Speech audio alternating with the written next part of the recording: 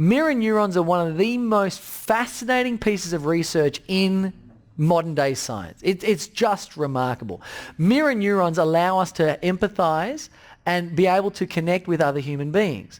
And what they are, they're little neurons inside your mind that mirror everything that's happening outside. So when you see someone injure themselves on Funniest Home Videos and you go, and you wince with them, that's mirror neurons that did that. Now, if you didn't have mirror neurons, it'd be very difficult to connect with other human beings. But the funny thing is, mirror neurons are always on. They're always on.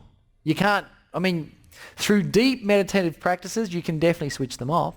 But mirror neurons are generally always on. So as you're doing this thing in the restaurant, the neurons inside that person's mind are aware that that is occurring at a non-conscious level. And they can pick up on the mirroring that is occurring. After a while, you do something called energetic coupling, where your mirror neurons couple with their mirror neurons.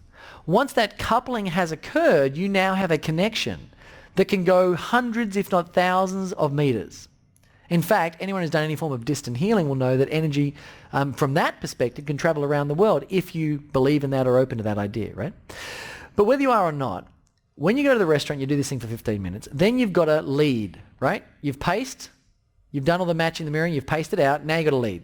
So when the person at the restaurant is doing nothing at all, their hands are on the table, if you want to, you can just pick your fork up and just rub it on your chin. Just rub it on your chin and just put it back down and watch what happens. And what you're going to find with the utmost level of surprise is most of you will see the person at the table do this with their fork. Literally, they're going to do this. And it will be the weirdest thing you've ever seen. But probably for the first time in most of your lives, you will have been exposed to just how powerful mirror neurons truly are. So if you want to just entertain yourself, and you'll feel it, it'll click. You'll feel like, yeah, I'm in rapport now. I'm in there now, and now I'm just going to sort of pace and lead. We do this all the time, by the way. We do it all at a non-conscious level. Every time we meet people, we are pacing and leading, we are mirroring, we are matching, the whole thing's occurring. But all I'm asking you to do is do it consciously and see what actually takes place. And it will freak you out. And it'll start to make you really have an understanding of how connected we all are. We really are connected. So these mirror neurons allow that thing to occur through the matching and mirroring process. So just keep in mind that in order for us to activate that parasympathetic nervous system, we need mirror neurons working in our favor. In fact, there are some spiritual practices out there where they try and disengage mirror neurons. It's not the nicest practices, but they will often have images, horrific images of all kinds of things that have happened to people, and they'll look at these images, and then on the very next page there'll be very soothing, sensual images, and they try and get to a stage where they don't respond to either of the images. Not something that I would probably do in my life, but some of these high-level spiritual practice yogi things, they really try and disengage thyself, because without the full disengagement of mirror neurons, it's almost impossible to be completely yourself. Yeah. Did you get the idea? So the journey to authenticity is a journey of how to disengage my mirror neurons. Because if I don't turn them off, I'll always be at a very small level modeling everything around me. I think it was William James that said, to be yourself in a world that tries night and day to make you somebody else is the hardest battle anyone will face. So one of the things that I have some enjoyment in doing, which is probably not of any benefit to you in this program, but I will share it anyway, is there is a sport out there called the Ultimate Fighting Championships. Has anyone heard of that? Yeah. UFC, and it's a mixed martial arts thing. And what I did for many, many years after I heard about this practice of disengaging mirror neurons, I take things very seriously, and I'm really just OCD with things, so I just go all the way with it. So I heard about this practice of disengaging mirror neurons, and it made sense to me.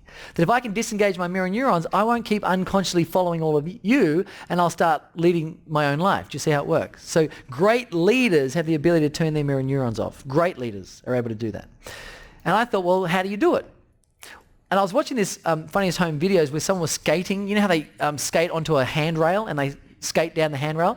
And the skateboard went from under them and they just knackered themselves on this pole. And I just went, ah! And I just like, oh, mirror neurons, okay. And I started thinking, all right, well, I watch a lot of TV. Well, how could I use TV to my advantage? So what I started to do was watch UFC on Friday afternoons. But the whole thing I had to do was get through an entire fight without tensing one muscle in my body. Because you can't help but kind of, just protect yourself. So I started watching this thing, not so much because I enjoy the sport, I think it's quite barbaric, but because I found it a very unique way of disengaging mirror neurons. And after a couple of months of doing this, I realized I could turn them on and turn them off. So mirror neurons, you have control of them, you really do. And it may not be of interest to you at the moment, but it's definitely something you should all think about, that if you ever want to truly be a leader, mirror neurons are not your friend. Because they will make you just like everybody else. And they actually are designed to have you follow people, to have connection and the ability to empathise with what's going on.